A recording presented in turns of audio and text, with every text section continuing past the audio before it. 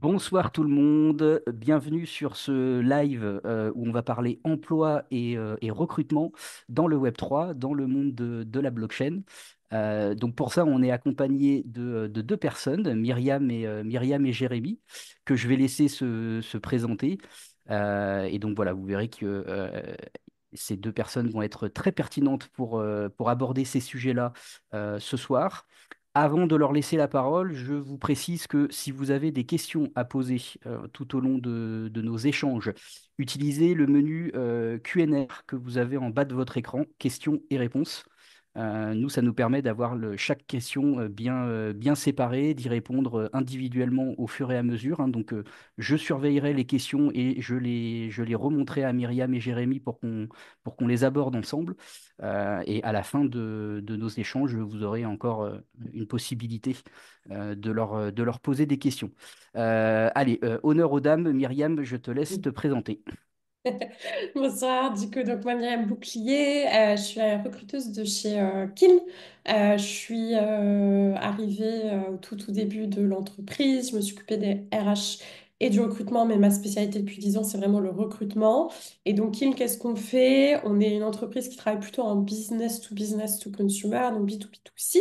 On s'occupe notamment de toute la partie un petit peu staking pour des clients soit Web3, donc tout ce qui va être custodian, exchange, market maker, etc. Soit on commence aussi à avoir des clients un petit peu plus institutionnels, tradis, donc ça peut être des fintechs comme des PayPal, des Western Union, etc. Ou carrément peut-être des banques, des asset managers, etc. Donc nous, on va vraiment s'occuper du côté un peu plus technique slash infrastructure. Voilà. Merci Ah oui. beaucoup, Myriam. Et donc, bah, Jérémy, à toi l'honneur. Eh bien, Jérémy, moi je suis dans l'écosystème depuis longtemps maintenant. J'y ai fait beaucoup de choses et notamment travaillé avec OnChain Jobs comme lead recruteur et associé un peu du projet. Euh, pendant plus de 2 ans et demi, on a pu voilà, discuter, rencontrer énormément d'entreprises de l'écosystème français, beaucoup, un peu européen également. Donc on était en plein dans voilà, dans les relations les plus intimes et surtout les plus impactantes et intéressantes sur tout ce qui est la partie notamment développeur et d'autres profils plus ou moins à la fois Web3 et à la fois traditionnels. Et aujourd'hui, j'interviens un peu régulièrement sur ces sujets-là, même si je fais un peu moins de recrutement. Euh, Aujourd'hui, je suis passé chef de projet dans le tradi et un peu dans l'écosystème Web3 pour d'autres raisons. Mais aujourd'hui, voilà, moi, je reste présent notamment avec la BBS depuis quelques mois maintenant, où j'accompagne les uns et les autres en fonction des besoins et j'interviens également sur ces mêmes sujets-là. Donc, vous préparer à l'entretien, comprendre le marché, où trouver les bonnes infos, etc., etc. Parfait. Eh ben, superbe passe D pour pouvoir commencer à dérouler le programme. On va voir plusieurs choses ensemble. Et bah, du coup, Jérémy, commençons bah, par rapport à ton expérience avec On-Chain Jobs sur les bonnes pratiques pour s'insérer dans ce monde-là. Voilà, de façon générale. On va aborder d'autres sujets ensuite, mais voilà. Globalement, comment est-ce qu'on pourrait résumer les bonnes pratiques quand on cherche à s'insérer professionnellement dans le Web3? Il y en a plusieurs, mais il y en a une qui est plus pertinente que par rapport aux autres, c'est d'y mettre les mains, le nez et le corps entier, parce que de toute façon, vous êtes happé par l'écosystème.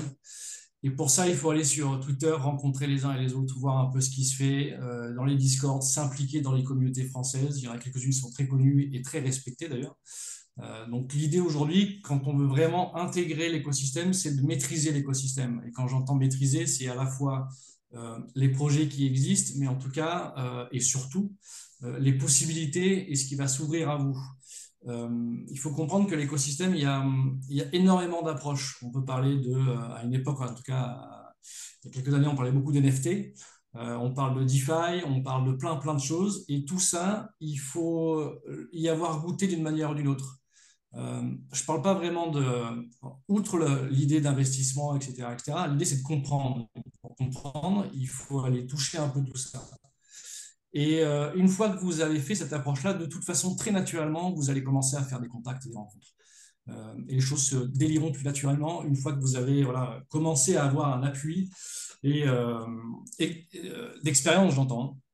Et vous aurez après le fil rouge qui va suivre un peu ce, ce déroulé-là sur les rencontres, sur les possibilités, sur les uns et les autres qui vont créer des projets, qui ont créé des projets. Voilà. C'est le meilleur moyen aujourd'hui, c'est de s'impliquer dans l'écosystème. Mais quand je dis s'impliquer, c'est vraiment s'impliquer. Hein. Il y a un projet qui vous intéresse, si vous avez des compétences de community manager, proposez-vous, faites-le. Même si c'est bénévole pour commencer, impliquez-vous. Il n'y a pas de limite ou de bêtises à tout ça. Donc voilà, globalement. Merci, merci Jérémy. Myriam, est-ce que tu as quelque chose à ajouter, toi, voilà, de ton point de vue et de Ouais, ton expérience également? bah, complètement en phase déjà avec ce que dit Jérémy, puisque en fait, c'est vrai que nous, côté recrutement, ça va être vraiment ce qu'on identifie le plus. Quand il dit montrer un petit peu qu'on s'est impliqué, c'est est-ce que vous avez essayé de faire un side project? Est-ce que vous avez été justement bénévole? Est-ce que vous avez fait des hackathons? Est-ce que vous êtes allé à des conférences?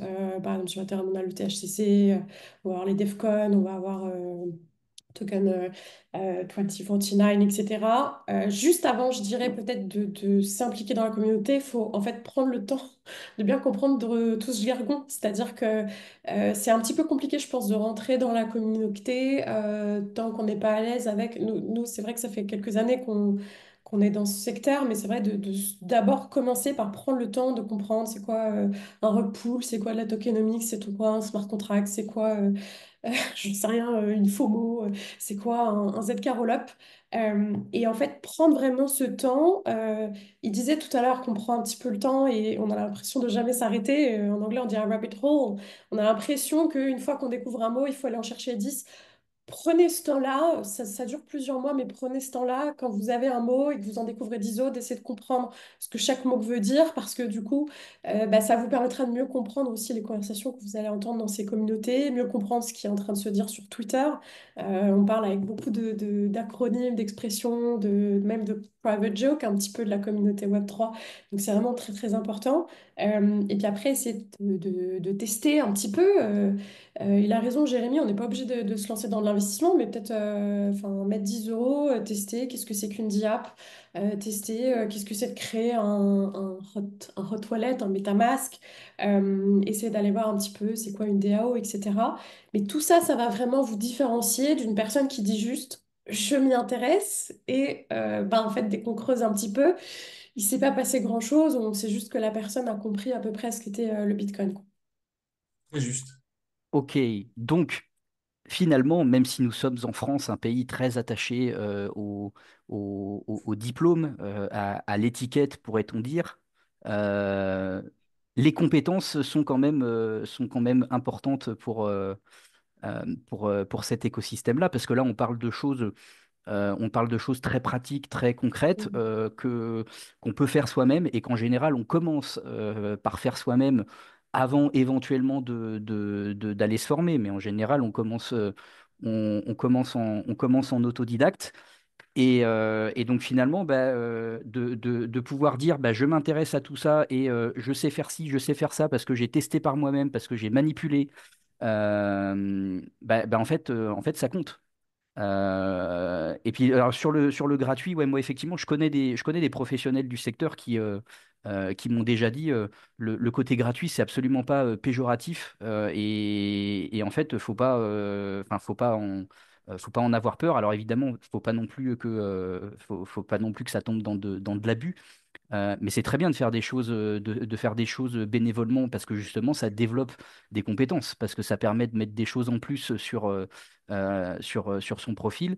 Et c'est ça, après qu'une boîte, elle va chercher aussi, bah, tu l'as dit, Myriam, par notamment des questions que vous, chez Kiln, vous pouvez poser aux candidats pour essayer de jauger un petit peu le niveau d'implication et d'investissement de la personne Mhm.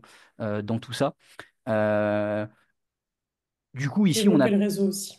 on a peut-être déjà une forme de spécificité du Web3 en matière d'emploi et de recrutement. C'était justement le deuxième thème. Voilà, quelles sont ces spécificités voilà, en matière de méthode de recrutement, en matière d'emploi, des choses qu'on trouve pas ailleurs ou qu'on trouve peu ailleurs, qu'on peut peut-être retrouver dans d'autres secteurs également, mais dont la plupart des gens n'auront peut-être pas l'habitude. Voilà, qu'est-ce qu'il faut indiquer à ce niveau-là, sur ce sujet-là? Moi, j'aurais un truc à dire effectivement là-dessus, mais euh, finalement, le métier de recruteur ne change pas du traditionnel au Web3. Et du coup, la démarche aujourd'hui en tant que recruteur reste globalement la même. Ce qui est important, c'est ce que disait Myriam tout à l'heure, c'est de connaître les codes. Effectivement, avoir les bonnes références, le bon vocabulaire. Et tu le disais encore sur... ce qui est important, c'est effectivement, ça n'a rien à voir avec le diplôme. Et moi, ça fait des années que je suis recruteur, que j'ai été recruteur. Et le diplôme ce n'est pas une valeur ça ne certifie pas une compétence ou une aptitude à un poste ou ce genre de choses. Ce qu'il fait, c'est les compétences. On parlait du bénévolat à l'instant. Le bénévolat vous apprend des choses, donc vous développez des compétences. Et c'est de la même manière. Quelles sont vos compétences dans l'écosystème Web3 que vous allez pouvoir démontrer en entretien? Et encore, démontrer en entretien, il faut le dire vite. Quand c'est un développeur, ça a du sens. Quand c'est pour faire de la tokenomics, ça a du sens. Pour la gestion de projet, c'est encore un peu autre chose. Mais globalement, votre positionnement, et peut-être que moi je suis biaisé parce que je suis un mec plutôt cool, je dis des gros mots et je ne suis pas trop regardant sur le côté un peu, j'allais dire sérieux, mais ça reste sérieux. Mais en tout cas, voilà, moi j'aime prendre les choses un peu plus à la Formel, ouais. légère. Et, euh, et du coup, je ne serais peut-être pas le meilleur pour vous conseiller réellement sur les tips et les différences. Alors, les tips, il y en a plein, hein, les questions qu'on va vous poser, le positionnement à avoir en entretien, savoir répondre à la bonne question, savoir se présenter, c'est pas un problème. Mais la question, effectivement, de se dire qu'est-ce qui va faire la différence, parfois le recruteur ne le sait pas vraiment non plus. Donc, ça joue sur plein de petites choses. Évidemment, si vous avez des compétences et une connaissance de l'écosystème, ça va se voir tout de suite. Il faut savoir que parfois, un peu comme je le fais là, la caméra éteinte, bon, bah, c'est parce que là, pour le coup, c'est un souci de réseau. Mais très souvent, on a des candidats, ils ont des NFT qui bougent en face, quoi. Et, je ne vois pas la personne. Et ce n'est pas un problème. Il y a tous ces codes-là qu'il faut aussi voilà, garder en tête. On n'est pas obligé d'être. On peut être anonyme, même si l'anonymat est évidemment à une limite à un moment donné. Mais c'est des compétences et des appétences qu'on va recruter plus que des personnalités, évidemment. Mais il y a aussi ce regard-là à avoir où en fait, tout est possible. On s'est même amusé à faire un métaverse avec On-Chain Jobs à l'époque, avec les Français évidemment, le nom va m'échapper, mais les petits bureaux en pixels là. Donc régulièrement, on invitait les uns les autres là, dans ce petit univers-là. Et très vite, ça met une autre ambiance. Et en fait, voilà, il y a une autre ambiance. Il y a un autre regard sur l'écosystème et sur le positionnement de manière générale. Bon, je ne sais pas si j'ai bien répondu à la question, mais c'est un peu l'idée. Il y a tous les mêmes codes que dans le traditionnel, comme il peut ne pas y avoir les mêmes codes dans le traditionnel. Il n'y a pas de règle générale. Je suis d'accord avec Jérémy dans le sens où bah, typiquement, enfin, nous, on a encore pas mal les CV ou les LinkedIn, etc. Mais en fait, on va être beaucoup plus ouvert, je pense, que des boîtes traditionnelles, à avoir un mec qui arrive et qui nous dit, écoutez, mon CV, il n'est pas à jour. Voilà mon GitHub, allez jeter un œil, regardez ce que j'ai partagé, regardez ce que j'ai fait en open source, regardez mes smart contracts. Et on va en fait, c'est un peu notre petite preuve de travail à nous qui est qu'est-ce que le mec sait déjà faire, qu'est-ce qu'il a fait tout seul, qu'est-ce qu'il a fait en équipe, etc. Et du coup, il y a un peu ce truc un petit peu plus informel qui est, bah, j'ai vraiment envie de faire ça et je suis capable de faire ça. Qu'est-ce que potentiellement vous pouvez me proposer? Euh, Peut-être un autre truc qui se différencie légèrement, je pense, c'est ce côté remote. On n'en a pas tant que ça, des boîtes en France qui recrutent en remote. Dans le Web3, c'est en fait très très classique. Ce serait peut-être même une exception des boîtes qui font pas de full remote. Donc bah, moi, j'ai plein de recrutements où j'ai rencontré la personne sur site. 2 mois plus tard, quand on a fait un off-site, la personne avait peut-être déjà validé sa période d'essai.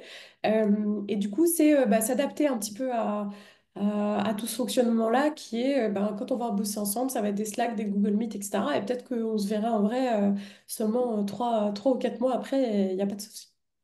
Ouais, c'est tellement évident que j'ai oublié d'en parler parce que c'est effectivement Mm. très très régulièrement. Ça dépend des projets parce qu'on a beaucoup de travail avec des projets effectivement très traditionnels qui se mettent à l'écosystème Web3 sur ces différents projets qui ont du mal encore un peu avec ça. En tout cas, c'était le cas il y a quelques temps. Mais oui, très juste. Le remote, c'est un point extrêmement important. Ouais, tout à fait. Et Myriam, t'as parlé d'informel aussi. Et ça, je pense que bah, c'est aussi quelque chose qui caractérise ce secteur-là. Alors, qui peut se retrouver ailleurs, mais voilà, pour le coup, il faut Mm. avoir en tête que dans le Web3, bah, il y a aussi beaucoup d'informels. Euh, et, Les euh, petits messages Twitter notamment, très fréquents. Ouais, Oui. voilà, bah du coup ça m'amène ça m'amène au prochain thème parce que moi quand j'en parle à des personnes qui s'intéressent à la BBS et aux formations et donc qui posent aussi des questions sur ce marché de l'emploi, moi je leur parle souvent de l'iceberg. Un iceberg, il y a la partie émergée qu'on voit et en fait en dessous il y a toujours 7 fois plus sous l'eau que ce qui dépasse. Et bah, en fait le Web3 c'est un peu pareil. La partie Mm. émergée, c'est les annonces d'offres d'emploi qu'on peut tous voir sur les plateformes. Et après, en fait, il y a tout ce qui est sous l'eau. Et en fait, bah, les gens, bien souvent, n'ont pas conscience de tout ce qui se joue et de tout ce qui se fait en matière d'opportunités professionnelles et voilà, de collaboration, de recrutement, que ce soit des CDI ou voilà, des prestats avec des freelances qui vont se négocier mais de façon complètement informelle et donc bah, qui se voit absolument pas. Et donc, si on n'est pas présent aux bons endroits, bah, il y a des choses qui nous passent sous le nez. Et donc, ça m'amène à la prochaine thématique, c'est où est-ce qu'on s'informe sur ce marché de l'emploi-là? Où est-ce qu'il faut être présent? Pour pouvoir avoir de l'information là-dessus, alors que ce soit canaux traditionnels auxquels on va tous penser. Et puis voilà, ce qui va être justement un peu plus spécifique, qui va sortir un petit peu plus de l'ordinaire, mais qui peut faire louper des opportunités si on n'y est pas et qui peut entraîner une vision un petit peu biaisée de ce secteur-là, parce que c'est pareil, si on se base que sur les offres d'emploi qu'on peut voir sur les grandes plateformes, bah, c'est en fonction de ce qu'on y voit, de ce qu'on y trouve, ça nous renvoie une certaine image de ce secteur professionnel qui est peut-être pas tout à fait la bonne et qui correspond peut-être pas tout à fait à la réalité. Eh ben, ça ne correspond pas du tout à la réalité globalement. Et il y a plusieurs choses à dire là-dessus. Je vais rebondir sur juste au moins une chose parce qu'elle est primordiale. C'est que parfois on cherche des opportunités, mais très souvent c'est vous qui allez les créer. Parce que là où tout se passe, c'est ce que j'appelle moi le layer zéro, c'est Twitter et les Discord. Vous avez quantité de projets, si ce n'est pas tous les projets de DApp qui sont arrivés dernièrement. Je pense par exemple à un gros projet Hyperliquid. Il y a plusieurs projets qui se sont montés à côté aux alentours. Tous ces projets-là se sont montés en partant de Discord. Il n'y a jamais eu de demande et de recherche de job, de profil, rien du tout. Tout s'est monté parce que les uns et les autres se connaissaient, ils connaissaient leurs compétences, les envies, etc., etc. Et tout s'est monté comme ça naturellement. Et c'est pour ça que je dis qu'il y a à la fois effectivement des opportunités et à la fois c'est vous qui allez les créer. Et aujourd'hui, là où tout se passe dans ce côté un peu en sous-marin, j'ai envie de dire, on peut le retrouver dans le traditionnel, même si c'est un peu plus délicat, par le biais des connaissances, des rencontres, etc. Ce sera le même principe dans le Web3, mais ça va 10 fois, 100 fois plus vite. Et donc oui, il faut, quand on parlait tout à l'heure de s'impliquer avec Myriam, c'est la même chose. Ça va se faire naturellement, vous allez vous impliquer dans les projets qui vont vous intéresser, et derrière, ben, vous allez trouver quelques-uns qui ont envie de monter un Discord professionnel, qui ont envie de monter un projet de DApp, etc., une collection NFT, n'importe quoi. Qu'importe le succès, qu'importe le résultat, c'est pas la question. Mais voilà, effectivement, si vous ne voulez pas passer à côté de toutes ces petites choses-là, Twitter reste l'atout principal et les Discord derrière des projets sans aucun doute. Mm. Je peux pas compter le nombre de postes qu'on a pourvus, que nous, on n'avait pas forcément affichés. C'est pas des postes dont on avait besoin. Donc, c'est ce que disait Jérémy, c'est-à-dire que c'est des personnes, à force de discuter avec eux, en fait, on s'est rendu compte qu'on pouvait répondre à un besoin de nos clients. Euh, qu'on pensait adresser beaucoup plus tard, mais en fait, en discutant avec eux, ben, on a réussi à dessiner les contours et finalement, on a dessiné le poste. Je pense à mon dernier recruté qui a fait ça, c'était William Bailey. Donc, c'est quelqu'un qui est product manager, qui est vraiment spécialisé dans la DeFi. Et en fait, c'est à force d'échanger avec lui, on s'est dit, bah, OK, il y a ça à faire. Bah, il aura largement de quoi faire. Et là, je vais lui monter une équipe. Et ça, en fait, bah, c'est beaucoup issu de rencontres. Alors, moi, William, je l'avais rencontré sur un autre poste, mais sinon, moi, ce genre de postes comme ça qui ont été créés par opportunité, ça s'est fait beaucoup suite à des conférences, suite à des meet-up, vraiment beaucoup pour le coup d'échanges physiques, où j'ai un des mecs de l'équipe de Kin qui a discuté avec quelqu'un, qui a discuté avec quelqu'un, et en fait, assez rapidement, bah, on se rend compte en discutant ensemble que bah, cette personne-là a exactement les compétences qu'on pensait chercher dans 6 mois. Et donc finalement, on va peut-être ouvrir le poste un peu plus tôt, on va même pas le mettre en ligne parce que si ce mec-là colle, on va le prendre tout de suite. Et du coup, on peut avoir quelques postes comme ça qui sont pourvus behind the scenes, on va C'est dire. ça. Et ça arrive très, très, très souvent. Mm, Ça fait c'est pas, vrai. ça doit faire partie de votre activité principale aujourd'hui. Même pas encore de formation ou en formation, vous devez vous rendre visible par le biais évidemment, de vos compétences, mais de qui vous êtes. Et donc, l'idée de rencontrer, de discuter sur des événements, même sur LinkedIn, c'est un très bon outil. Vous avez Mm. des questions, vous avez envie de rencontrer des professionnels qui font la même chose que vous, ou globalement qui s'approchent de ce que vous pouvez faire. N'hésitez pas. En plus, le gros avantage de l'écosystème, c'est qu'on kiffe par les cryptos.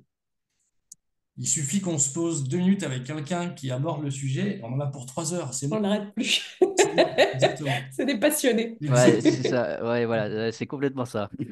Et du coup, c'est facile donc de discuter, contacter. Alors même si contacter, ça demande un exercice particulier parce que c'est pas toujours anodin et facile d'aller contacter les uns les autres sur LinkedIn notamment, mais effectivement de se présenter dans des events et ne le faites pas. Et je pense que c'est un point extrêmement important.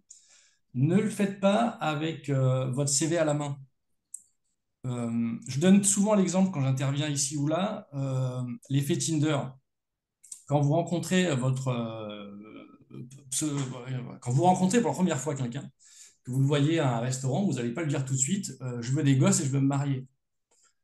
Vous allez voir s'il y a une accroche, si elle vous plaît, si vous lui plaisez, s'il y a un deuxième rendez-vous qui se fait, etc., etc. C'est le même principe. On oublie le CV, on ne déballe pas tout le merdier tout de suite, on attend, on prend, on se rend visible, on s'intéresse, on interroge, et ça, c'est extrêmement important. Et effectivement, ça se fait très, très, très souvent. Ouais, effectivement. Moi, ça me rappelle un truc qu'on m'avait dit en matière de rencontre. On m'avait dit, tu verras, ça arrive au moment où tu t'y attends pas, en fait. Oui, c'est ça. Quand tu cherches à provoquer, c'est en fait, t'essayes, et puis ça marche pas. Et en fait, c'est le jour où enfin, c'est au moment où tu t'y attends vraiment, mais alors le moins, que ça marche.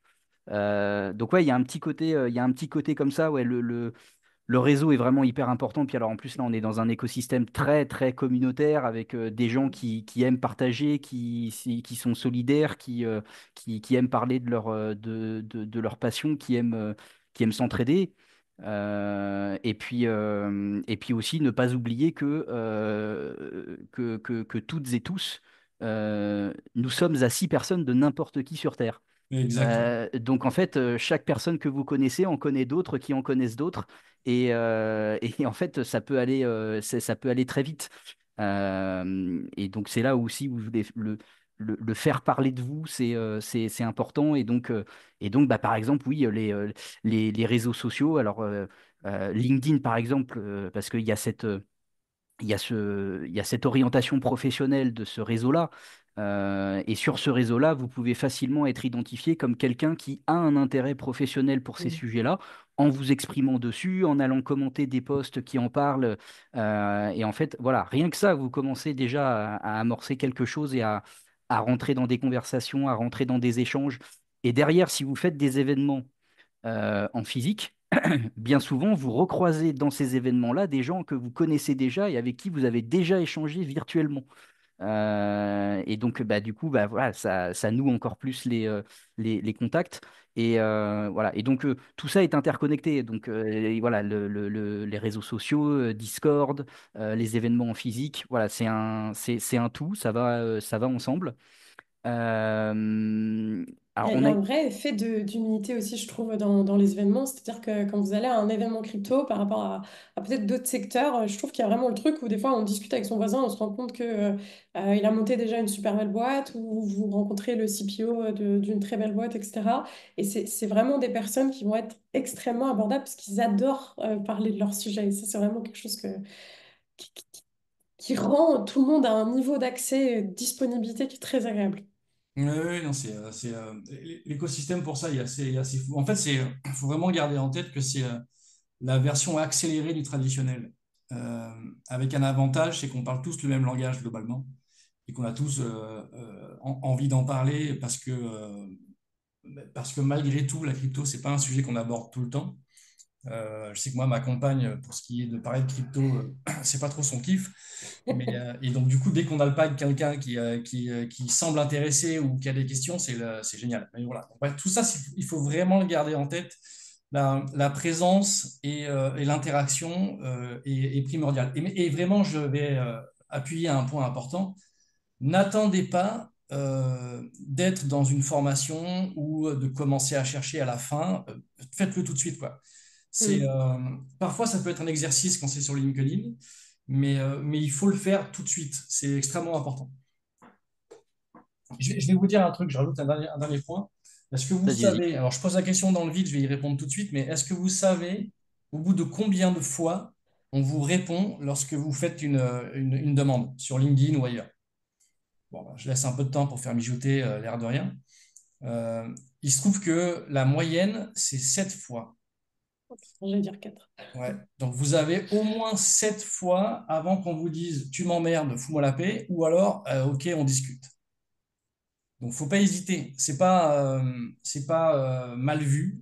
Alors ce sera toujours, hein, il y a toujours une personne qui risque de le prendre mal, mais globalement même si c'est le cas, c'est pas la question quoi. Gardez en tête que c'est possible et que c'est facile et que vous avez de la marge.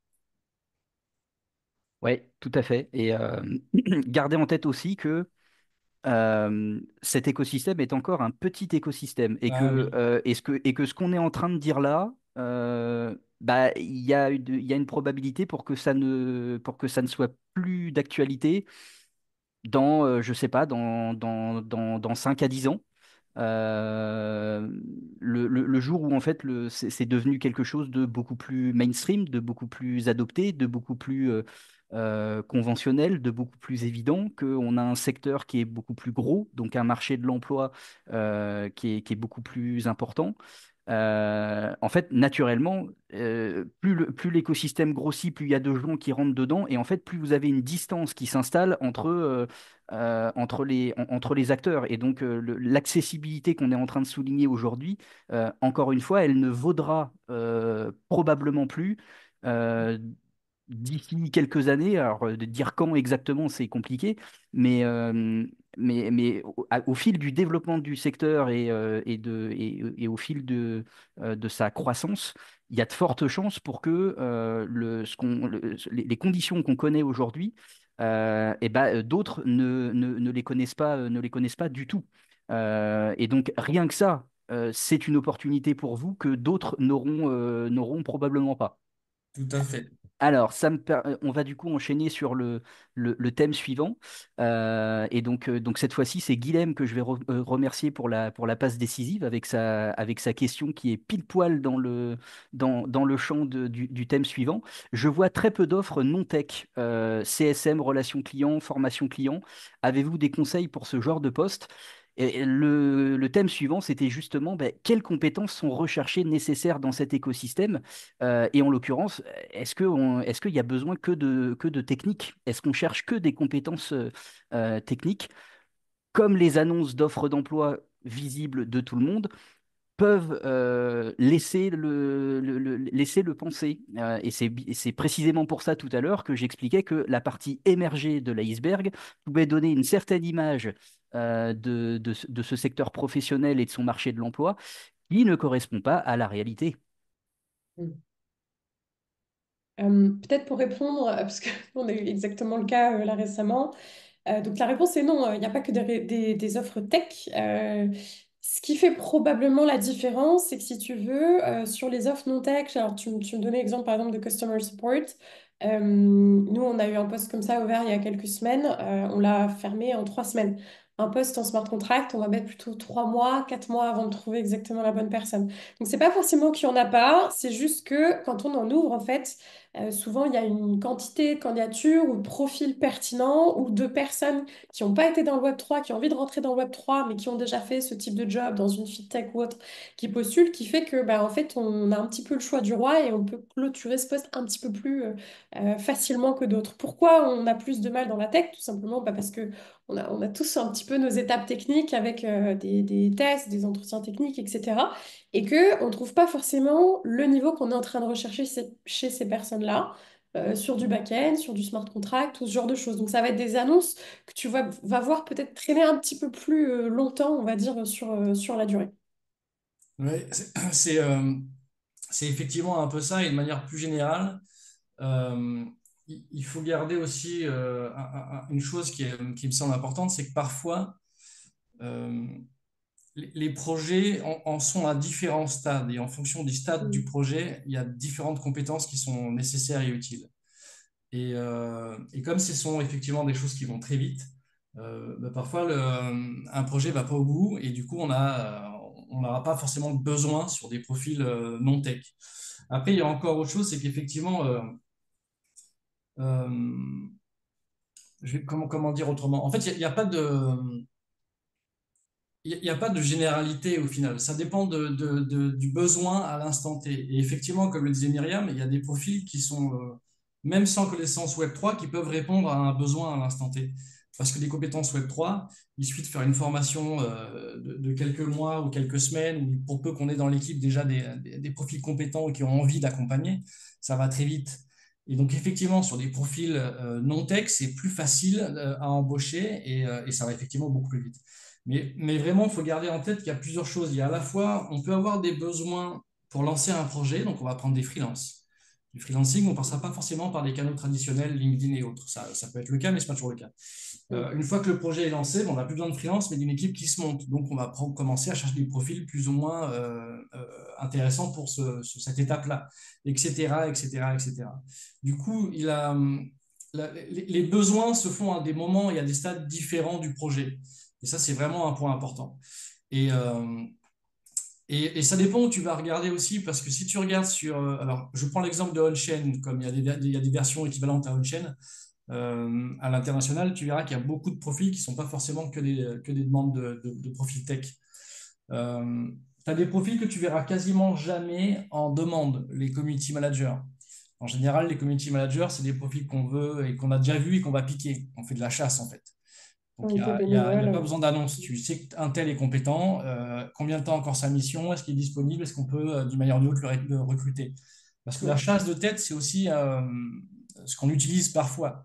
Donc, il n'y a pas besoin d'annonce. Tu vas juste chercher les profils qui bossent déjà et tu regardes un peu ce qu'ils font, et si, voilà, si le nouveau projet que tu leur proposer peut être intéressant. Donc, ça, tu ne le vois pas passer non plus, quoi. C'est des choses qui se font un peu différemment. Euh, mais voilà, globalement, en fait, oui, ça dépend de plein de petits paramètres. Mais tu auras de toute façon un peu de tout. C'est juste qu'effectivement, bah, selon les étapes, selon les besoins, il y a des choses qui sont effectivement plus longues, des compétences plus longues à recruter et à trouver. Un développeur Rust, bah, par exemple, c'est extrêmement long de trouver quelqu'un de compétent. Voilà. Donc, et à l'inverse, même si un chef de projet, c'est un poste important, c'est déjà plus facile de trouver un chef de projet qu'on peut te conseiller ou que tu peux trouver voilà, en quelques semaines. Donc, c'est surtout ça qui fait la différence. Ouais, en fait, pour aborder maintenant la partie compétences recherchées et nécessaires, moi, ce que je dis toujours aux gens, c'est bah, une entreprise dans le secteur de la blockchain, ça reste une entreprise. Donc en fait, prenez tous les besoins qu'une entreprise lambda a, eh ben, l'entreprise qui évolue dans le monde de la blockchain les a aussi. Mhm. Et donc, bah, de ce point de vue, Myriam, peut-être tu peux nous en parler, mais euh, quel est le scope en fait de compétences qu'on trouve chez Kiln Ouais. avec avec tous les différents pôles, les différents corps de métier que vous avez. Je dirais, alors déjà juste pour rassurer peut-être certains qui n'ont pas encore d'expérience en Web3, je dirais que j'ai à peu près deux tiers seulement, entre guillemets, des personnes chez moi qui sont déjà passées par le Web3 avant. Donc c'est-à-dire que j'ai quand même un tiers de personnes qui venaient vraiment d'autres secteurs. Après, les métiers vont être complètement les mêmes que dans d'autres jobs. J'ai une RH, j'ai une office manager, j'ai des personnes en finance, j'ai des personnes en data, j'ai des personnes en marketing, j'ai des personnes en growth.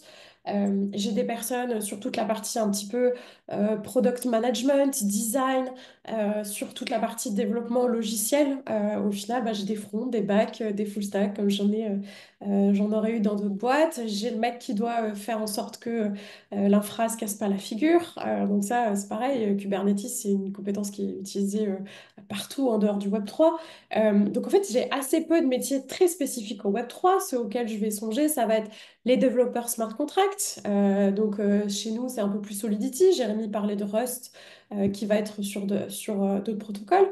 Il va y avoir des postes après très spécifiques. Par exemple, si on cherche un mec qui est spécialisé sur la finance décentralisée, là, on va absolument chercher quelqu'un. Mais en fait, sinon, la boîte tourne de la même manière. C'est-à-dire qu'il faut quand même un mec en finance, un mec en RH et un mec en marketing, quoi. Quand je dis un mec, vous avez compris. Un mec ou une fille. Je rajoute un point à ça qui me semble important.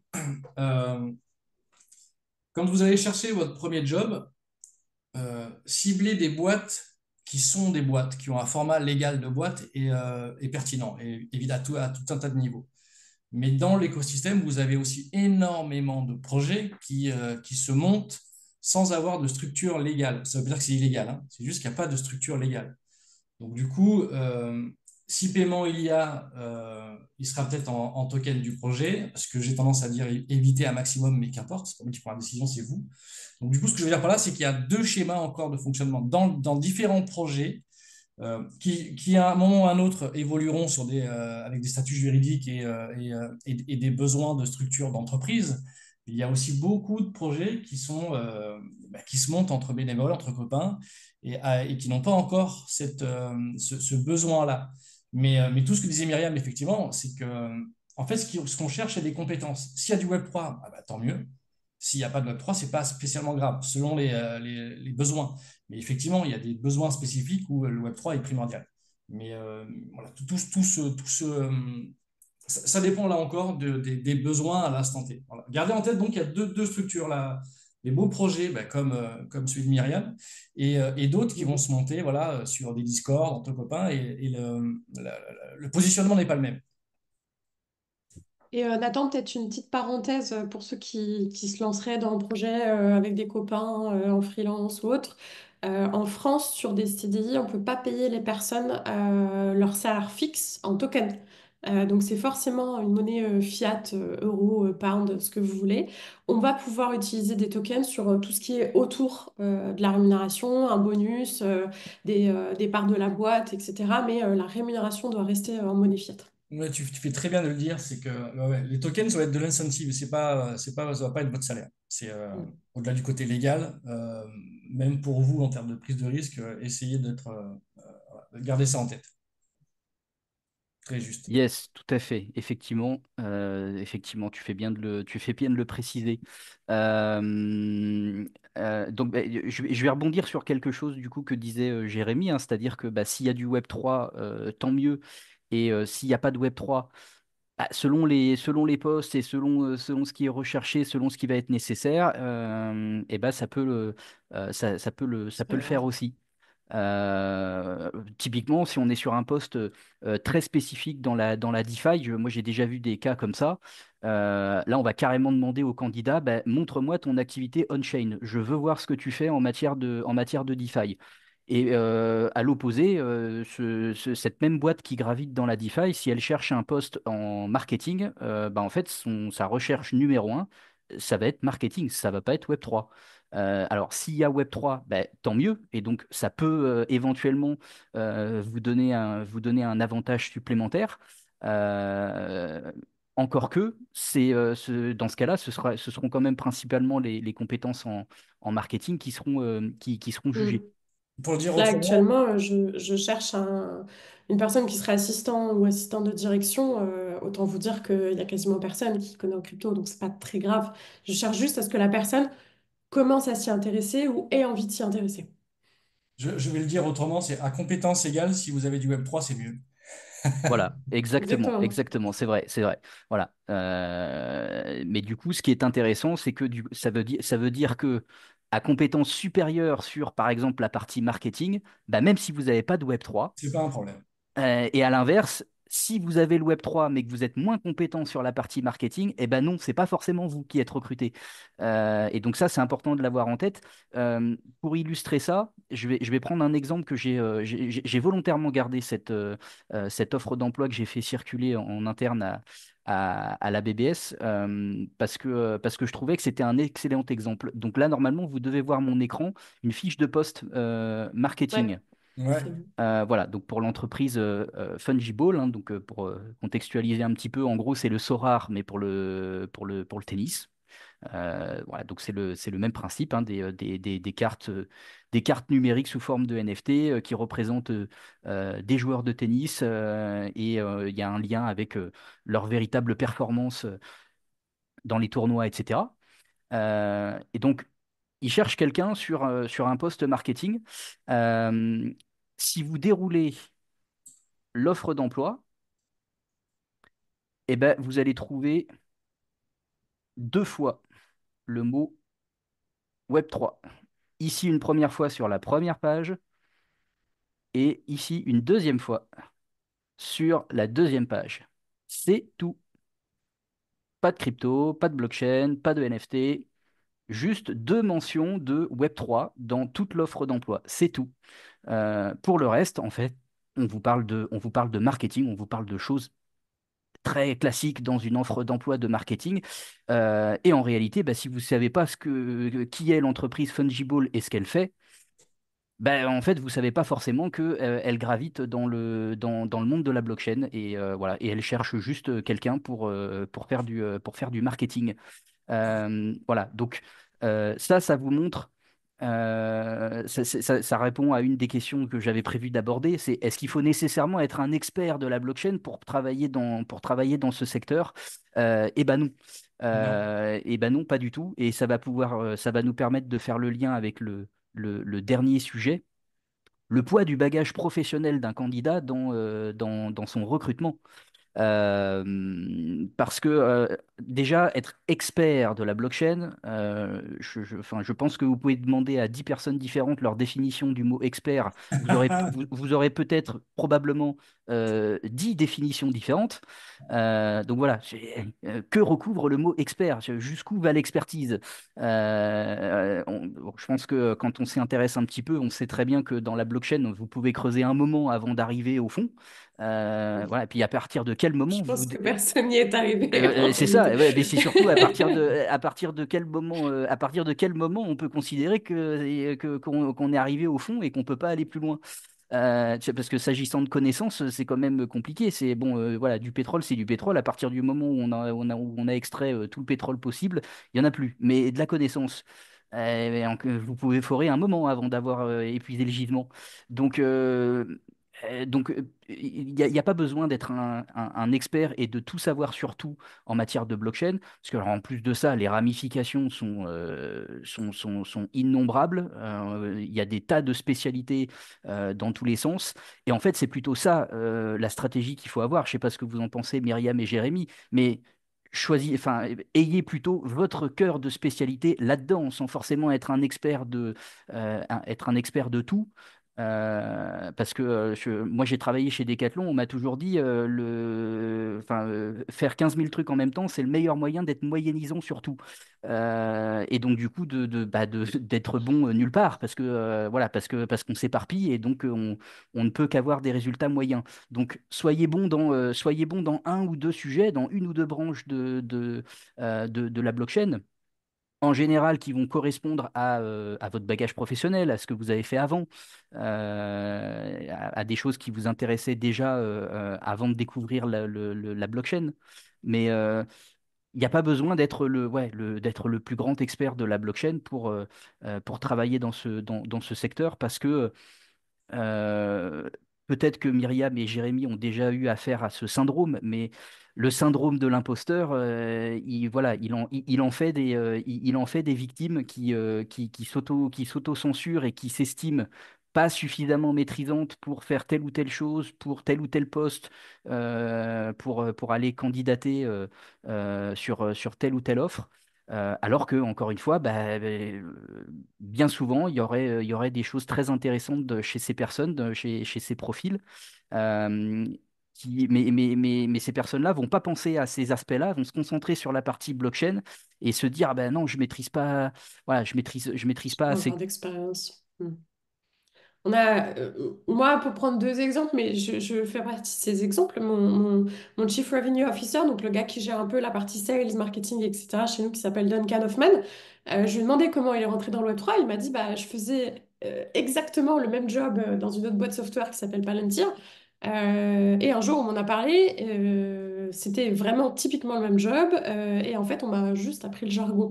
Moi, quand je suis arrivée chez Kin, ils avaient du mal à trouver quelqu'un et qui avait vraiment des expériences un peu pointues en recrutement et en sourcing qu'ils cherchaient et qui parlait anglais et qui s'intéressait au Web3. Donc moi, ça a été juste un intérêt personnel 2 ans avant qu'on me contacte qui a permis de me faire switcher, mais sinon, j'avais pas d'expérience non plus dans le Web3.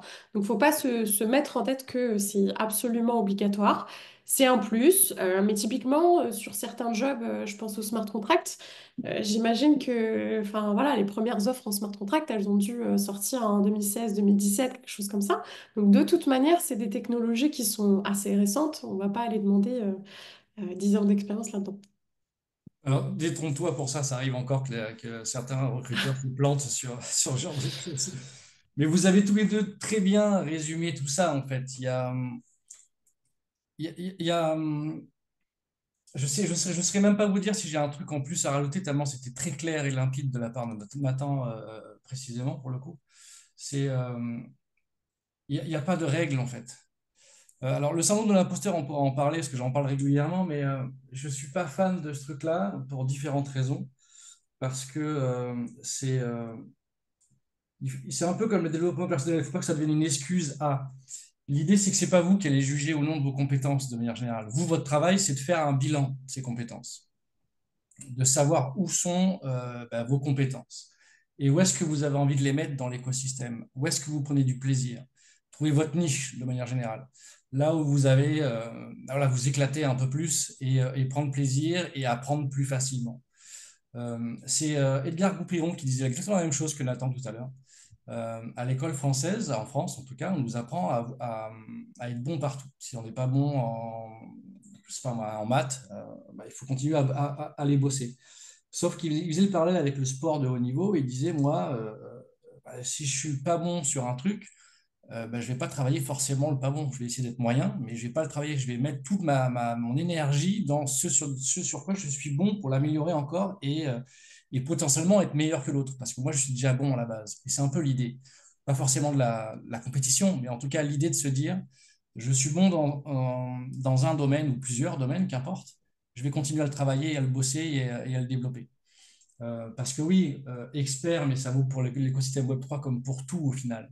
Ça n'existe pas vraiment. C'est un mot joli qui fait sympa, un mot marketing, mais ça ne veut strictement rien dire. Euh, donc oui, l'idée, c'est de faire vraiment un auto-bilan sur ce qu'on sait faire et où est-ce qu'on peut le retrouver dans l'écosystème. Dans quelle niche ou dans quel univers je peux mettre à profit ces compétences-là tout en prenant du plaisir. Parce que prendre du plaisir, c'est malgré tout extrêmement important. Ce n'est pas le but de la société, de la boîte, mais néanmoins, il faut que vous y trouviez aussi du plaisir. Donc globalement, je n'ai pas grand-chose de plus à rajouter. C'était déjà très très bon tous les deux. C'était même parfait parce que c'est exactement ça. Je suis content de voir qu'on se regroupe tous là-dessus parce que c'est du bon sens presque. Donc voilà. Oui, c'est ça. Finalement, oui, il y a il y a beaucoup de bon sens. Mais effectivement, le plaisir est important. Hein. Quelqu'un qui est épanoui dans ce qu'il fait est forcément productif. Parce que à partir du moment où vous aimez ce que vous faites, parce que ça vous passionne, etc. Voilà, c'est forcément intéressant pour l'entreprise. C'est aussi pour ça que dans la plupart des cas, même si encore une fois ça vaut pas tout le temps, on l'a dit, ça ne vaut pas tout le temps, mais pour un recruteur, un passionné du Web3, de la blockchain, etc., c'est déjà en soi une garantie d'un certain nombre de choses. Ça garantit pas des compétences sur d'autres sujets qui par ailleurs vont être nécessaires et recherchés pour le poste en question. Mais déjà, vous savez qu'en face de vous, vous avez quelqu'un qui kiffe le sujet voilà, qui aime le sujet au point de vouloir en faire un métier. Et donc, a priori, si vous le mettez en situation de pouvoir allier passion et travail, le résultat devrait être intéressant. Donc oui, de toute façon, le côté plaisir, ça, on est d'accord, c'est important.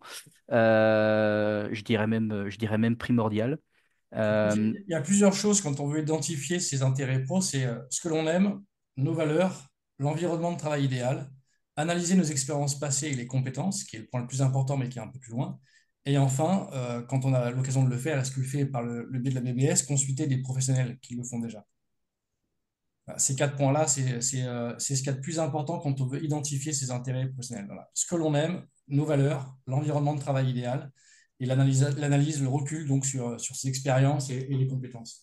Ça ne veut pas dire que vous allez tout trouver en même temps dans le projet, mais ça veut dire que vous savez déjà où vous vous situez sur ces points-là. Et c'est le point extrêmement important. ouais, parce qu'en plus, ça donne aussi de la clarté sur bah, voilà, son profil, qui on est, qu'est-ce qu'on aime faire, là où on est bon. Et ça, en fait, un recruteur le saura, un recruteur le sentira si vous êtes au clair déjà Exactement. sur ces sujets-là vis-à-vis de vous-même ou si vous n'avez pas fait ce travail-là. Je voulais rebondir effectivement sur ce que tu disais, Jérémy, sur la partie bilan de compétences. Parce que j'ai régulièrement des personnes avec qui j'échange sur tout ça, qui se posent la question de justement de se former dans le but d'intégrer professionnellement l'écosystème, mais qui se disent bah, dans mon bagage professionnel, je vois pas trop ce que j'ai d'intéressant en fait pour ce secteur-là, pour ces boîtes-là. Et en fait, je leur dis toujours, et donc ça rejoint cette partie bilan de compétences, c'est aller au-delà des intitulés des postes que vous avez occupés. Découpez-les en matière de compétences et là-dedans, trouver des choses, identifier des choses que vous allez mettre en valeur, que vous allez mettre en lumière, parce que ça va intéresser un certain nombre d'entreprises. Et en fait, c'est comme ça, c'est par ce biais-là que vous allez présenter votre expérience et ce que vous avez fait et pas forcément par l'intitulé, les intitulés de poste en eux-mêmes qui, bah, effectivement, parleront peut-être moins et permettront moins facilement de faire des liens avec ce qu'on peut faire professionnellement dans le secteur de la blockchain. Mais il y a toujours des compétences à aller retirer de ce qu'on a fait, de ce qu'on a fait avant, voilà, en allant au-delà d'un simple intitulé de poste. Et voilà, faut faire ce travail-là pour pouvoir justement se mettre en valeur, bien connaître son profil, ce qu'on a fait avant et ce qu'on est capable de faire.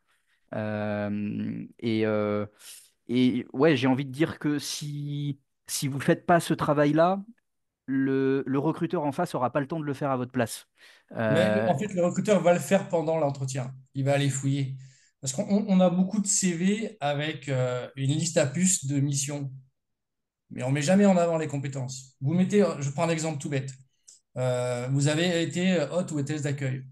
Vous mettez deux pauvres missions, donc scanner les prix et réassort de la ligne de caisse. Sauf que on a tous une vision différente de ce que ces missions-là apportent. Et surtout, il manque une grande partie des missions. Très souvent, on oublie de mettre plein de missions.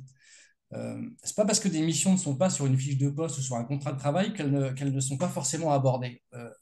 Vous comptez vos caisses, donc vous faites un peu de, de finance. Alors, je dis un peu, hein, c'est un exemple qui ne veut pas dire que vous êtes un expert en finance, mais vous avez l'idée. Il est possible qu'on vous ait à un moment ou à un autre passé le relais pour fermer une boutique. Il est possible que c'est vous qui choisissiez vos produits à mettre en avant. Donc peut-être que c'est vous qui passez les commandes pour les mettre en avant, pour prendre ce risque-là, pour se challenger, parce que votre manager il vous dit tiens, allez, on se prend un objectif, qu'importe en fait. Et tout ça, ça va être à vous de l'analyser parce que sinon moi je vais vous poser la question. Et si Ouais, moi je vous la pose, la question, il va falloir savoir y répondre. Et pourquoi moi, dans le fond, on s'en fout un peu, et pourquoi c'est plus important pour vous? Parce que ça squeeze des questions. Tout à l'heure, Nathan évoquait le syndrome de l'imposteur. À partir du moment où vous êtes, tout est bien rangé dans l'ordre, dans votre esprit, la question ne se pose plus. Alors la question va se poser pendant que vous allez chercher, et c'est l'intérêt aussi de consulter des professionnels. Je parle de professionnels ou parfois même compagnons ou compagnes, parce qu'on a le regard qu'on a sur nous-mêmes n'est pas forcément le bon. En tout cas, de manière générale, c'est le cas. Il y a toujours des choses qui nous échappent. Donc, c'est aussi important de faire ce travail-là. Donc, voilà. C'est un point important que je voulais rajouter. Parce que posez-vous les questions, parce que nous, on va vous les poser.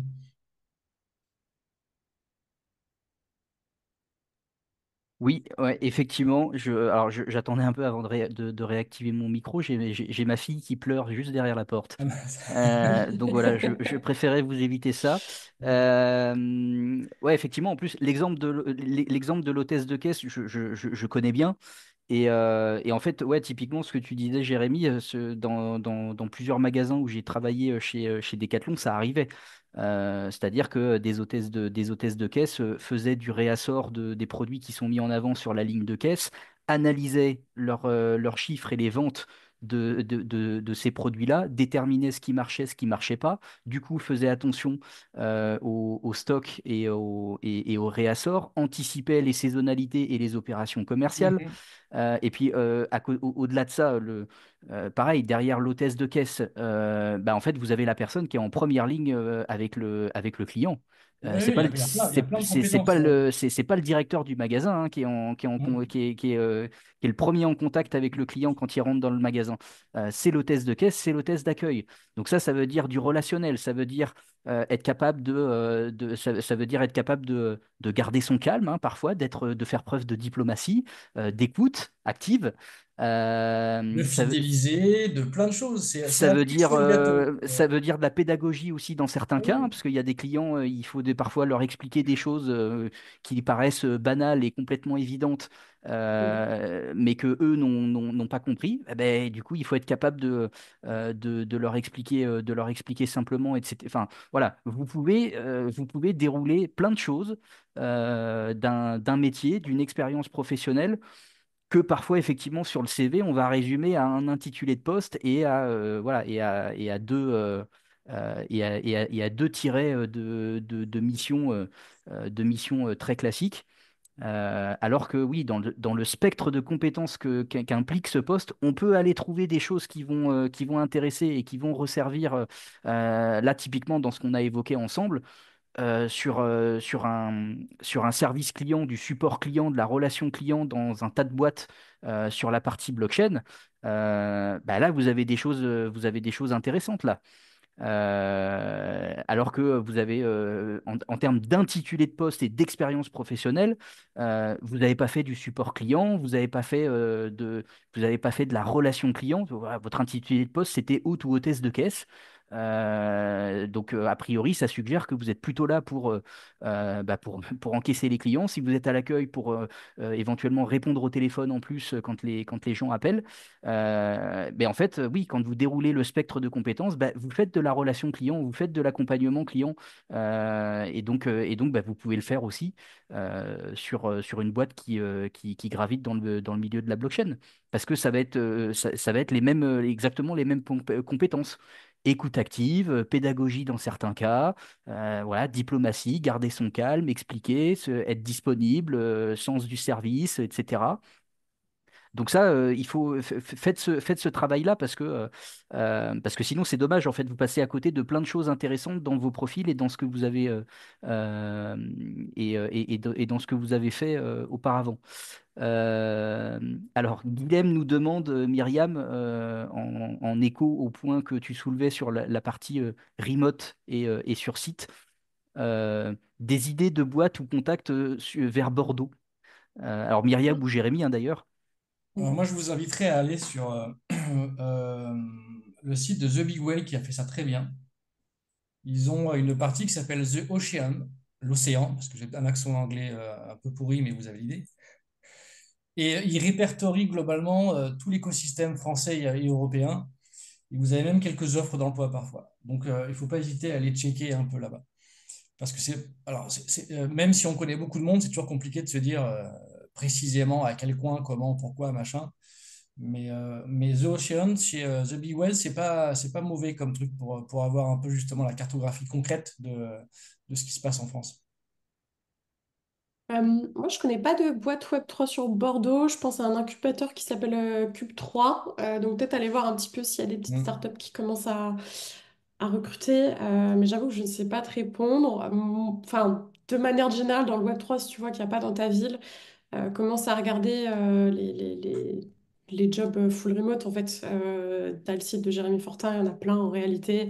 Et après, tu as des sites pas spécifiques au Web3. Par exemple, le pendant un peu international de Welcome to the Jungle, ça s'appelle OTA, OTTA. Et tu peux avoir des jobs comme ça où que tu peux trouver en fait en étant de chez toi depuis Bordeaux. Et du coup, ça me fait une très très bonne liaison avec un élément que je voulais vraiment, sur lequel je voulais vraiment insister avant la fin du chat, qui était l'anglais. Vraiment très très important l'anglais. Si vous, on disait tout à l'heure, vous n'avez pas besoin d'attendre pour commencer à networker, commencer à aider un petit peu, commencer à aller dans les communautés, etc.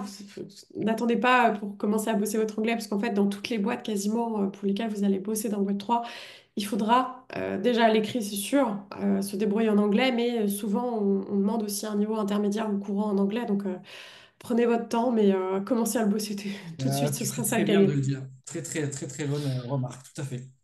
Oui, et puis alors là-dessus, là-dessus, c'est pareil. Je reviens au syndrome de l'imposteur, mais là qui peut être généralisé, on va dire, à la France, où on a bah, l'éducation qu'on a sur les langues et donc le niveau d'anglais qu'on a. euh, dédramatiser ce côté-là. Moi, j'ai échangé avec des personnes qui sont amenées effectivement à travailler en anglais et Mm. donc à recruter des personnes pour lesquelles il va falloir de l'anglais, etc. Alors bon, il y a évidemment des postes et des contextes pour lesquels on va vous demander voilà, de le parler parfaitement. Mais en fait, ce qui est rigolo, c'est que quand vous sortez de France, finalement, les personnes vous disent, mais en fait, l'important, c'est que tu te réussisses à te faire comprendre, en fait. Communiquer. On te demande pas d'avoir l'anglais de Shakespeare. On veut juste que quand tu communiques, tu sais te faire comprendre et tu comprends ce que la personne te dit en face. Point. Exactement. C'est voilà, il y a juste ça. Et puis alors, en plus, aujourd'hui, alors parlons d'abord d'aujourd'hui, là actuellement, vous avez des outils d'IA qui commencent à sortir, en fait, qui vous proposent, c'est ma femme qui m'a montré ça l'autre jour. Elle a trouvé une appli mobile.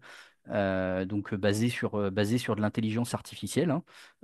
Vous choisissez une voie et en fait vous discutez de ce que vous voulez. Et donc vous avez une IA en face qui vous répond, qui converse avec vous et puis qui va vous dire, ah bah là, le terme que tu as employé, c'est pas tout à fait le bon. Voilà, en termes de vocabulaire, le bon mot, c'est celui-là. Voilà la différence avec celui que tu as utilisé.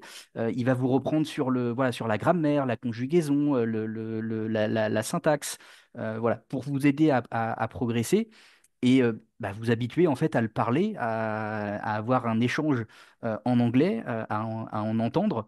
Bon, vous avez le traditionnel, regardez vos films et vos séries en version originale sous-titrée anglais. Et franchement, ça fait une différence. Pour l'avoir pratiqué, je vous jure qu'au bout d'un moment, c'est, je sais plus où est-ce que j'avais lu ça. Des programmes, je crois, pour peut-être des agents secrets ou ouais, des services de renseignement comme ça. Je ne sais plus où j'avais lu un truc comme ça où il faisait écouter une langue étrangère aux personnes pendant leur sommeil. Hmm. En fait, ma femme travaille dans l'hypnose. Voilà, donc très sérieux, hein, pas d'hypnose de spectacle, etc. L'hypnose aujourd'hui est quelque chose de thérapeutique.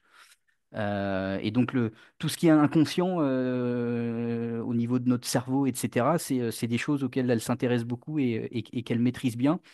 Euh, Bah, c'est de l'inconscient, donc du coup, oui, effectivement, vous n'avez pas, vous n'avez pas conscience, vous n'imaginez pas de ce de ce dont notre cerveau est capable inconsciemment.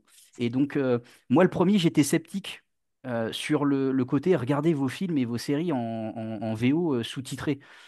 Moi, je me suis dit, franchement, j'étais sceptique sur l'effet que ça pouvait avoir. Ben, je vous jure que au bout d'un moment, à force de le pratiquer, euh, vous voyez la différence. Vous voyez qu'il y a il y a des mots et des tournures de phrases qui vous viennent, et des fois vous vous dites, putain, mais ça sort d'où ça? Ben en fait, ça sort de là. Mais c'est juste que voilà, c'est de l'inconscient. Vous n'avez pas conscience en fait que votre cerveau, bah, il enregistre, il prend l'habitude. Et donc, ouais, n'ayez pas peur de vous y mettre comme ça, quoi, de façon douce entre guillemets. Mais c'est déjà, voilà, c'est déjà un début. Vous avez ces applis basées sur des outils IA aujourd'hui qui vous permettent aussi de pratiquer sans forcément avoir besoin de vous expatrier ou de partir 3 mois avec votre sac à dos à l'étranger. Et puis après, bon là, c'est plus de la prospective et puis un avis personnel, mais de mon point de vue, euh, dans un délai qui, je pense, va être assez court, vu la vitesse des développements actuels, dans un tas de contextes, la maîtrise d'une langue étrangère ne sera plus un sujet, étant donné les outils qui sont en train de se développer avec l'intelligence artificielle. Ça ne veut pas dire que la maîtrise d'une langue étrangère ne sera plus nécessaire, parce que quand vous êtes bilingue, etc., au-delà de la langue, il y a, il y a la culture d'un pays, etc., il y a la connaissance de l'origine de tel mot, qu'est-ce qu'il veut dire, et justement le lien avec la culture ou l'histoire du pays. Donc, il y a beaucoup plus de choses. Donc, maîtriser une langue étrangère, ça restera toujours intéressant. Mais vous aurez des tas de contextes ou être bilingue ou fluent dans telle ou telle langue, et notamment l'anglais, ne sera plus un sujet. Demain, pour faire une conférence aux États-Unis sur scène devant des anglophones, moi, je suis persuadé que demain, vous aurez des outils qui vous permettront de parler français sur cette scène et d'être traduit instantanément en anglais américain à votre auditoire. Et donc voilà, encore une fois, hein, je pense vraiment que ce ne sera plus un sujet et que ça va arriver assez vite. Quand on voit la vitesse des développements actuels et ce qui se fait déjà, pareil, pour quelque chose qui sera peut-être plus proche en termes de contexte professionnel, participer à une réunion avec des anglophones, une réunion en visio, déjà aujourd'hui, il y a des outils qui existent, mais assez rapidement, vous aurez des choses qui seront très faciles à utiliser et qui seront parfaitement fluides dans la traduction. Vous parlerez français, ça traduira en anglais à l'autre bout sans aucune friture. Et inversement, dans l'autre sens, les personnes parleront anglais et vous, ça vous le sortira en français. Et ça va être, ça va devenir assez rapidement, je pense, une réalité. Ce n'est qu'un avis personnel. Sur les Alors, verbes irréguliers en allemand, non, on évite les verbes irréguliers en allemand. ouais, ouais, alors effectivement, ouais, les verbes irréguliers en allemand, alors déjà les verbes irréguliers en anglais, voilà, c'est déjà pas forcément évident. Alors effectivement, en allemand, donc voilà, je ne sais, encore une fois, je ne sais plus où j'ai lu ça, mais bon, je dis pas que ça marche, mais en tout cas, voilà, j'ai lu quelque chose comme quoi ils utilisaient cette technique. Alors, on a Eric qui nous demande, est-ce que vous auriez un réseau de sociétés avec lesquelles vous travaillez et qui proposent des postes sur Paris? Lesquels et est-ce qu'il y a une plateforme pour les consulter? Ouais, moi, je répondrai de la même manière tout à l'heure à Guillaume. Il faut aller voir sur The Ocean de The Big Well. Ils ont vraiment une partie, donc l'océan, qui reprend vraiment l'ensemble, une bonne grosse partie de l'écosystème français et européen. Donc c'est pratique, efficace. Et vous avez toutes les offres qui sont mises en avant à cet endroit-là. Sur le site on-chain, vous en avez d'autres aussi. Et c'est remis très régulièrement d'ailleurs à jour, mais voilà. The Ocean, pour ça, pour moi en tout cas, dernièrement, c'est un des plus pertinents. Ah, merci Nathan. Il vous a mis le lien dans le chat. T'as ton micro coupé, Nathan. Ah oui, exact, pardon. Oui, effectivement, je venais de mettre le lien, mais je vois que Myriam l'avait fait juste avant. Ah, Donc là, bravo, voilà, j'avais pas vu, vous avez merci. vous avez tout ce qu'il faut du coup. Tac. Alors, on a Aboubacar qui lève la main. Hop, hop là. Vas-y, Aboubacar, tu peux activer ton micro et poser ta question.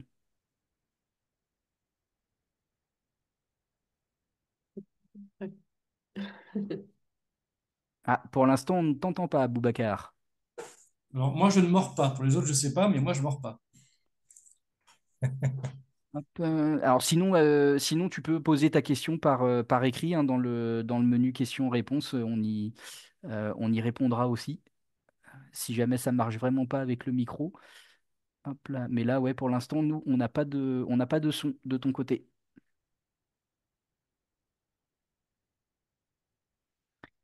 Est-ce qu'il y a d'autres questions parmi les personnes qui sont avec nous en attendant de voir si on a la question d'Aboubacar qui arrive?